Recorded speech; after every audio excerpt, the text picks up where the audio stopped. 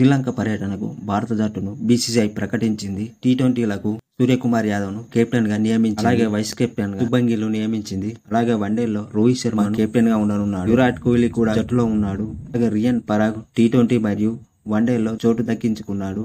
అలాగే హర్షిత్ రాణా కూడా వన్డేలో స్థానం దక్కించుకున్నాడు. కేఎల్ రాహుల్, శ్రేయస్ అయ్యర్ వన్డేలో మాత్రమే సెలెక్ట్ అయ్యారు. యశస్వి జైస్వాల్, సంజు శాంసన్, హార్దిక్ పాండ్యా వన్డేలకు ఎంపిక కాలేదు. అలాగే అభిషేక్ శర్మ కూడా టీ20లో ఎంపిక కాలేదు. నితీష్ రెడ్డి కూడా జట్టులో చోటు దక్కలేదు.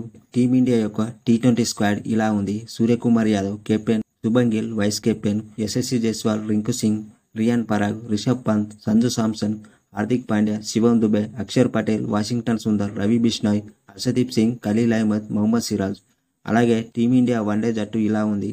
Rohit Sharma captain, Shubman Gill vice captain, Virat Kohli, KL Rahul, Rishabh Pant, Shreyas Iyer, Shivam Dube, Kuldeep Yadav, Mohammed Siraj, Washington Sundar, Harshdeep Singh, Riyan Parag, Axar Patel, Khaleel Ahmed, Harshit Rana.